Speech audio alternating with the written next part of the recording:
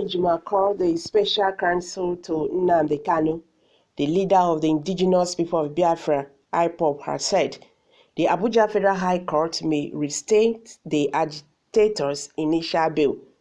Ejima said the judgment by the Abia State High Court may pave the way for the Federal High Court Abuja to reinstate Kanu's bail. Recall that Justice Binta Enyako of the Federal High Court in Abuja had in 2017 granted the IPOB leader bail.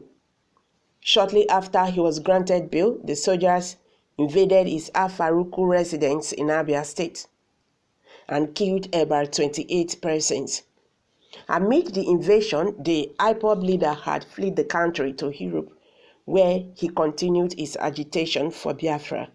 But in June 2021, Kanu was rearrested, or can I say adopted, in an African country believed to be Kenya, and was repatriated back to Nigeria because Kenya is still insisting Kanu was not adopted from their country. In October 2021, Kanu, through Ejima, initiated a fundamental rights violation suit against the Nigerian government. Ruling on the suit, Justice Anaya described Kanu's arrest in Kenya, or can I say adopt in Kenya, as illegal and ordered the federal government to pay him 100 billion naira as compensation. And the judge also ordered the government to apologize to Kanu. However, Ejima said the judgment was significant and has a direct impact on Kanu's case at the Federal High Court. In a statement he signed, Ejima said, "This press release is necessitated by the flurry of public commentaries on the 19th January 2022 judgment of the High Court of Abia State in favor of Mazi Nnamdi Kaun. Most of the commentaries have bordered on examining the latent impact the judgment may have beyond the monetary award and the apology.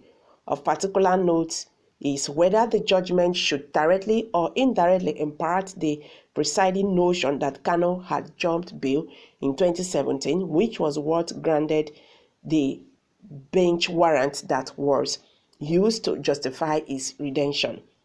In summary, the answer is in the affirmative that this landmark judgment has created new legal opportunities for Mazi Nnamdi Kaun, especially as regards in breaching the bench warrant that grandfathered his extraordinary redemption. You will recall that from late 2017, I had maintained a well-publicized stance that Nnamdi Kaun never jumped bail, and that he will, in due course of time, prove that it was the Nigerian government that compelled him to flee and seek refuge outside Nigeria. This was the material issue before the court, and it prevailed. In particular, the court held that it is the view of this court that the army set out as pythons to terminate the life of Nnamdi Kaun. The military invasion of his home at Afuruku, Ibuku, is so notorious that this court cannot turn a blind eye to it. It deserves an apology and compensation.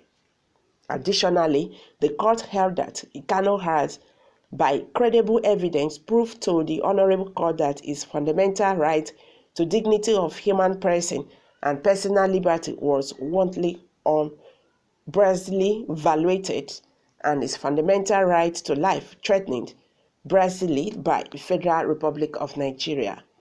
In other words, the court impliedly held that Kanu never made a voluntary decision to flee Nigeria or to be absent from his trial. To this extent, this judgment has finally destroyed the vested and false notion that Kanu had jumped bail back in 2017. Accordingly, the bench warrant upon which his redemption from Kenya was granted has now become impeachable and liable to be vacated, thus paving the way for his previous bail to be restated. Okay, so How will the federal government go about this? Because we know that the federal government, we know that they are good in disobeying court order. So with this now, Nnamdi Kaun, the leader of IPOB, is a win-win for him. You understand? By now, the Nigerian government should be regretting what they did, because how can you be evaluating people's, fundamental rights because you feel that you are the alpha and omega? For goodness sake, this is democratic government. And are we actually practicing it? I don't think so.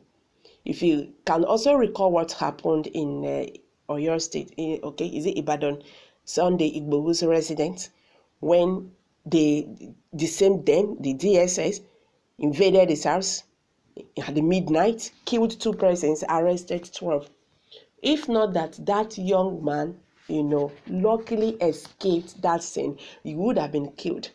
And the story would just be like that. This is really very bad. We have laws and regulations guiding us. Are we actually applying them? You are going after agitators, so you want to eliminate them, forgetting about the root of agitation, which is the main issue here.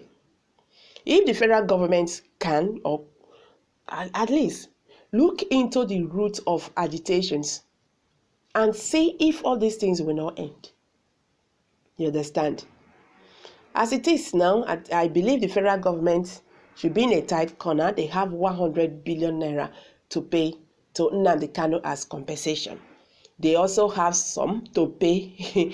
Is it 5 billion naira or how much to pay to Sunday Igboho? And this should now tell them, with all these court rulings, this should tell them that they are not doing well. You understand? They are not doing well at all. So guys, I'm going to drop it here. Kindly share your thoughts.